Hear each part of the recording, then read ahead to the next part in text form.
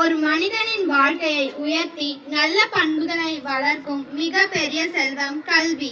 கல்வி என்பது புத்தக அறிவை மட்டும் தருவதில்லை. ஒழுக்கம், பொறுப்பு, மனிதநேயம் மற்றும் சமூக அக்கறையையும் கற்றுத்தருகிறது. ஒரு குழந்தையின் கையில் புத்தகம் இருந்தால் ஒரு குடும்பத்தின் எதிர்காலம் மாறும். 1000 குழந்தைகளின் கையில் புத்தகம் இருந்தால் ஒரு நாடே மாறும்.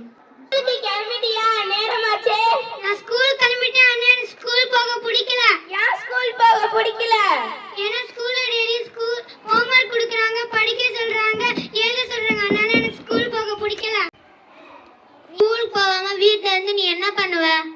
வீட்ல இருந்து போன் பாப்பேன். ஓ அப்படியா? இதனாலதான் நீ எப்போதுமே போன் பார்த்துட்டே இருக்கியா? ஆமா. நீ சொல்றத பார்த்தா போன் தான் ஃப்ரெண்ட் ஆட்டுக்கு. ஆமா, எனக்கு போன் தான் ஃப்ரெண்ட். நான் உன்னோட ஃப்ரெண்ட்.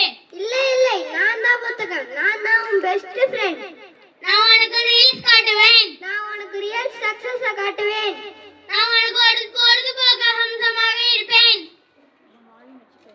உன் வாழ்வின் வெற்றிக்கு வழி காட்டுவேன். நீ என்ன பார்த்துட்டே இருந்தா உனக்கு நேரம் போறதே தெரியாது. நீ என்ன படித்தால் உன் வாழ்க்கையே பிரகாசமா மாறிவிடும்.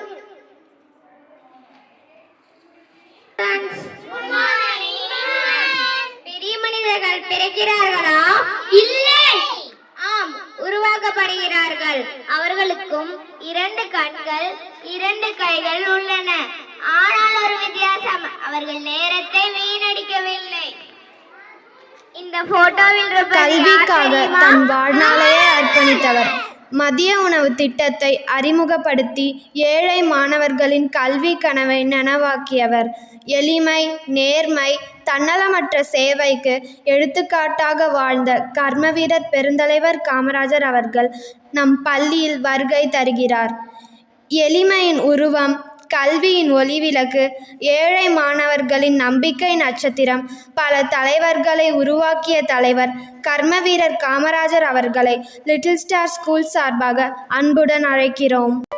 காமராஜர் பெருந்தலைவர், காலம் தாண்டி வாழ்பவர், கல்வி கண்ணை திறந்தவர், தலைமை பண்பில் சிறந்தவர். காமராஜர் பெருந்தலைவர்.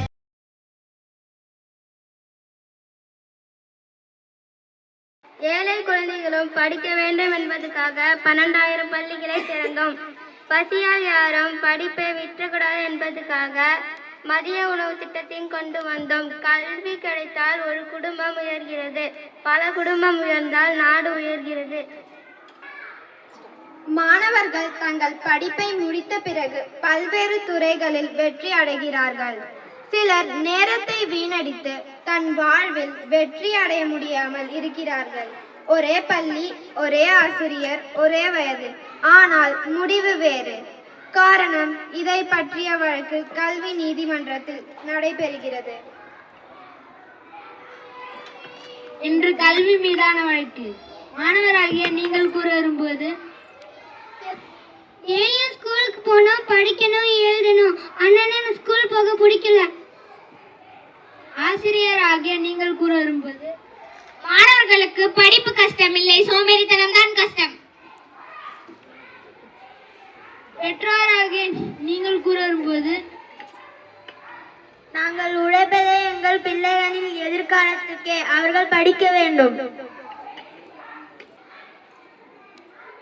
செல்வம் அழியும், கல்வி என்றும் அழியாத செல்வம். ஒரு குழந்தைக்கு அளிக்கப்படும் மிக சிறந்த பரிசு கல்வியே. கல்வி கற்றவன் எங்கு சென்றாலும் மதிக்கப்படுவான்.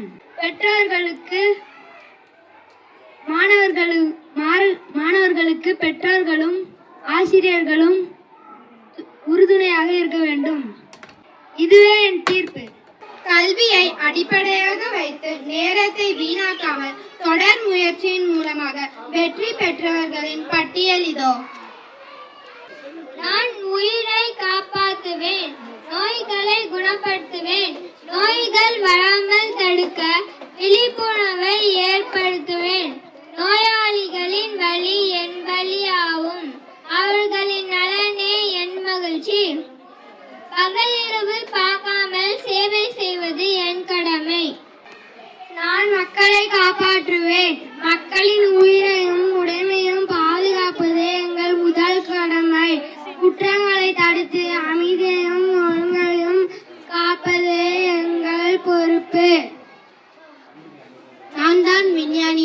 புது கண்டுபிடிப்புகள் மூலம் மக்களின் வாழ்க்கையை எளிதாக்குவேன். மருத்துவம், விவசாயம், விண்வெளி போன்ற பல துறைகளில் எங்களின் பங்கு முக்கியமானது. சிறந்த விஞ்ஞானியாக இருப்பதில் மகிழ்ச்சி அடைகிறேன்.